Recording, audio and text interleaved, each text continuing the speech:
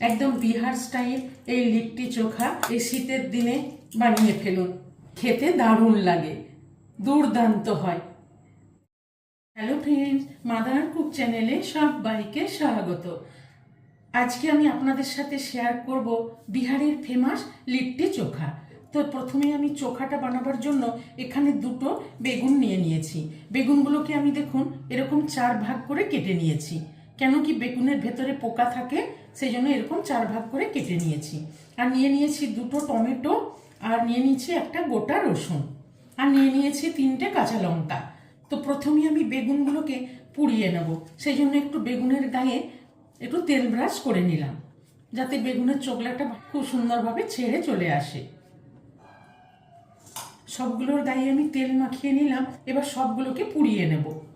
বেগুনগুলো পোড়াবার জন্য গ্যাসে একটা জালি বসিয়ে দিয়ে তার উপরে আমি বেগুনগুলো দিয়ে দিলাম, সাইডে সাইডে টমেটোগুলোও দিয়ে দেবো, দিয়ে গ্যাসটা জ্বালিয়ে দিলাম। আমি সাইডে সাইডে এগুলো এইভাবে দিয়ে দিলাম। এবার ঘুরিয়ে ঘুরিয়ে সবগুলোকে ভালো করে পুড়িয়ে নেব। এইভাবে ঘুরিয়ে ঘুরিয়ে ভালো করে পুড়িয়ে নেব। ততক্ষণে আমি আটাটা মেখে নেব। এখানে আমি 2 কাপ মতন আটা নিয়ে নেব। 2 কাপ আটা নিয়ে নিলাম। আর দিয়ে দেবো স্বাদ মতো লবণ, 1 চামচ লবণ দিয়ে দিলাম। আর দিয়ে দেবো 1 চামচ মতন ঘি। 1 চামচ মতো ঘি দিয়ে, এখানে কিন্তু ঘিটা গলালে 2 চামচ মতন ঘি হয়ে যাবে। তো এখানে আমি ঘি লবণ দিয়ে ভালো করে ময়ামটা দিয়ে দেবো। আপনারা সাদা তেল দিয়েও করতে পারেন, তবে ঘিটা দিলে এই লিট্টিগুলো খেতে ভীষণই ভালো লাগবে এবং খুব খাস্তা হবে। আর এই লিট্টিটা কিন্তু আটা দিয়ে করলেই বেশি ভালো লাগে। দেখুন খুব সুন্দর মুঠ হয়ে যাচ্ছে। ময়ামটা খুব ভালো করে দিয়ে দিলাম। এবার অল্প অল্প জল দিয়ে ভালো করে আটাটা মেখে নেব।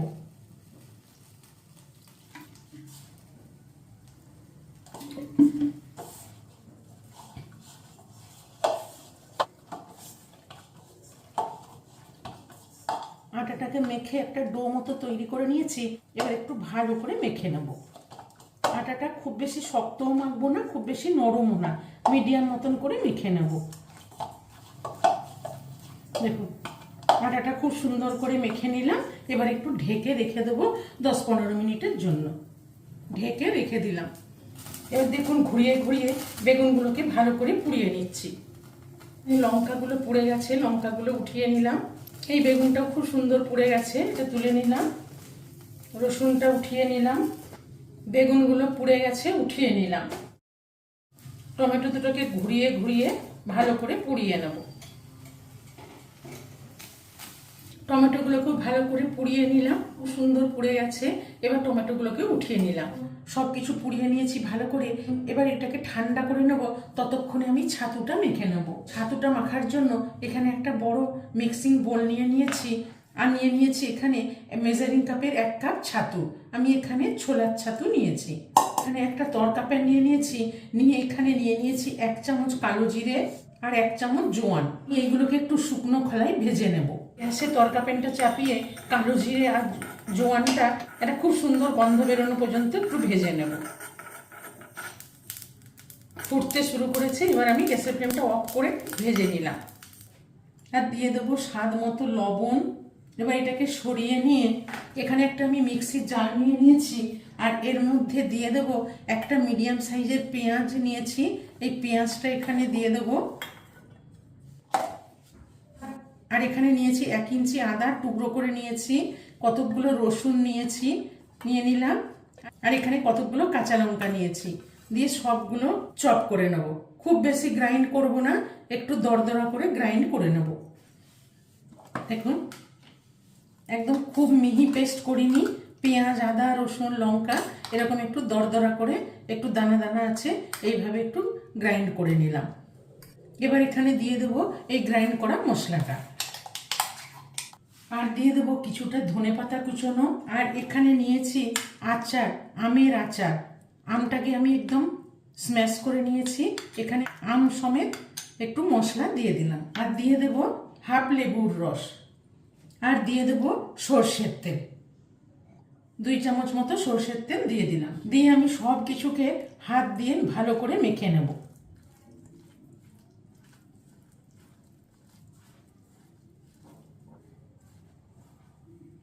মাখাতেই খুব সুন্দর একটা গন্ধ বেরিয়েছে।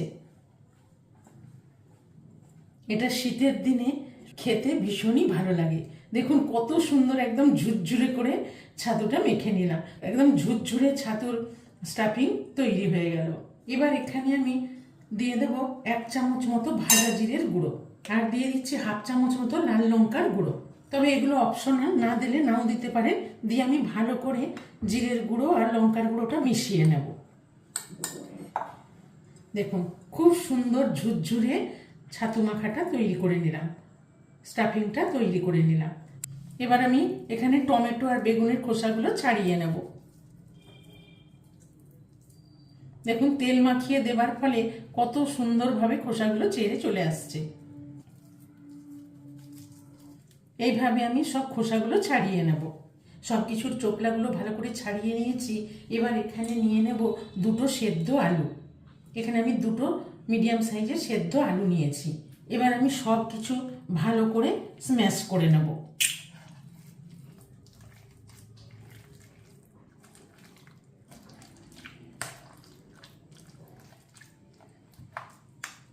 আমি মোটামুটি স্ম্যাশার দিয়ে ম্যাশ করে নিলাম। এবার এখানে দিয়ে দিচ্ছি 1/4 চামচ আদা বাটা, আর দিয়ে দেবো কিছুটা কাঁচা পেঁয়াজ কুচোনো, আর দিয়ে দেবো 2টো কাঁচা লঙ্কা কুচোনো, আর দিয়ে দেবো কিছুটা ধনেপাতা কুচোনো। একটা বড় পাত্রে নিয়ে নিলাম। পাত্রটা একটু ছোট হয়ে গেছে, সেই জন্য আমি এখানে একটা বড় পাত্র নিয়ে নিলাম।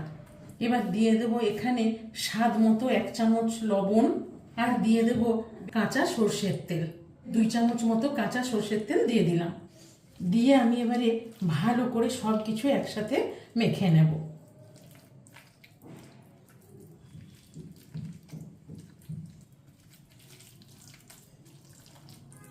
খুব সুন্দর করে ভর্তাটা মেখে নিলাম। দেখেই বুঝতে পারছেন কতটা লোভনীয় হয়েছে। এবার আমি লিট্টিগুলো বানিয়ে নেব। সব কিছু রেডি করে নিলাম। এবার আমি আটাটা খুলে দেখে নেব। আটাটা অনেকটাই নরম হয়ে গেছে। এবার একটু ভালো করে হাত দিয়ে আমি মেখে নেব। খুব সুন্দর করে মোলায়েম করে মেখে নিলাম। এবার এখান থেকে কিছুটা করে আটা নিয়ে নেব, দিয়ে এবার একটা বাটি মতো তৈরি করে নেব। আমি একটা বাটি মতো তৈরি করে নিলাম। এবার এখান থেকে কিছুটা স্টাফিং নিয়ে নেব।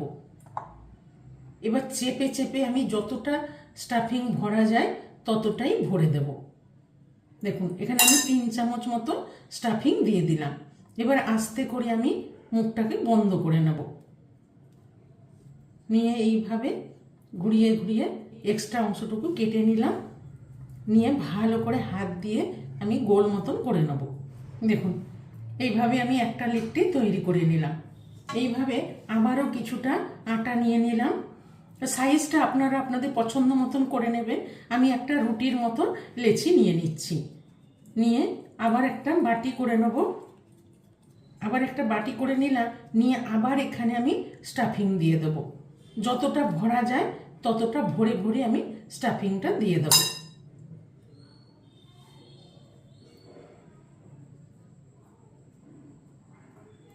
এইভাবে গোল গোল করে আমি তৈরি করে নিচ্ছি। এইভাবে সব লিট্টিগুলো আমি তৈরি করে নেব। আবারও স্টাফিং নিয়ে নিলাম। একদম ভরে ভরে স্টাফিং দেবেন, তাহলে লিট্টিগুলো খেতে ভীষণই ভালো লাগবে। আবার একটা তৈরি করে নিলাম। সব লিট্টিগুলো আমি এইভাবে তৈরি করে নিলাম। এবার আমি এখানে একটা কুকার নিয়ে, তো আমি আজকে দুরকমভাবে বানাবো। কুকারে বানাবো আর আপ্পাম প্যানে বানাবো। আমি কুকারে বানাবার জন্য গ্যাসে একটা কুকার চাপিয়ে দিয়েছি। ঘিটা আমি গলিয়ে নিয়েছি। নিয়ে এখানে 1/2 চামচ মতন ঘি দিয়ে দিলাম। ঘিটা দিয়ে আমি ভালো করে চারিদিকে একটু বুলিয়ে নেব। চারিদিকে ভালো করে বুলিয়ে নিলাম। এবার এখানে আমি আস্তে করে দিয়ে দেবো।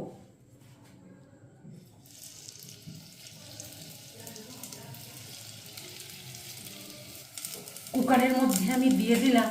ঢেকে ঢেকে আমি ভালো করে সেঁকে নেব।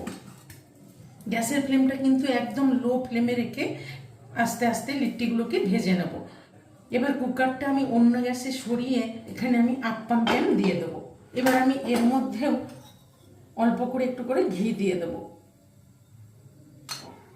ভালো করে ঘিটাকে গুলিয়ে নিলাম। এবার আমি আস্তে করে এখানে দিয়ে দেবো। এখানে আমি কতকগুলো দিয়ে দিলাম, দিয়ে আমি গ্যাসের ফ্লেমটা লো করে দিয়েছি, দিয়ে এবার একটা কাঁচি দিয়ে আমি ঢেকে দেব। এবার কুকারে যেগুলো দিয়েছিলাম একটু উল্টে নেব।